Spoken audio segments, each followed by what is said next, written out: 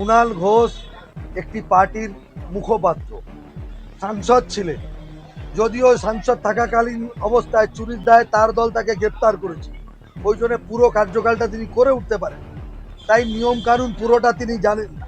মাননীয় মুখ্যমন্ত্রী যদি বক্তৃতাটা শুনতেন তাহলে তাকে কর্পোরেশনে যেতে হতো না।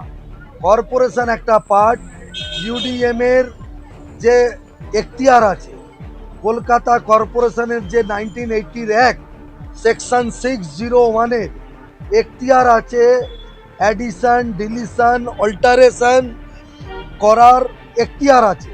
এবং সর্বদলীয় বৈঠক, কলকাতা কর্পোরেশন নয়, সর্বদলীয় বৈঠক ডাকার কাজ নির্বাচন কমিশনের। যেই মুহূর্তে এই বিলে রাজ্যপাল সই করবেন, এটা আইন হবে, তারপরে খসড়া বেরোবে, তার ভিত্তিতে নির্বাচন কমিশন অল পার্টি মিটিং ডাকবে।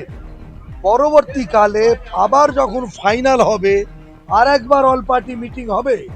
সুতরাং আমি আপনাদের মাধ্যমে কুণাল বাবুকে জানাতে চাই, একবার নয় দুবার অল পার্টি মিটিং হবে, চিন্তার কোনো কারণ নেই। অল পার্টির নাম করে শুধুমাত্র কর্পোরেশনে গিয়ে ফুটেজ খাওয়ার কাজ দয়া করে বন্ধ করুন, কারণ আপনি একমাত্র সাংবাদিক যিনি একটি দলের প্রধান মুখপাত্র, আবার কিছুদিন আগে পর্যন্ত একটি খবরের কাগজের আপনি কনসাল্টিং এডিটরও ছিলেন।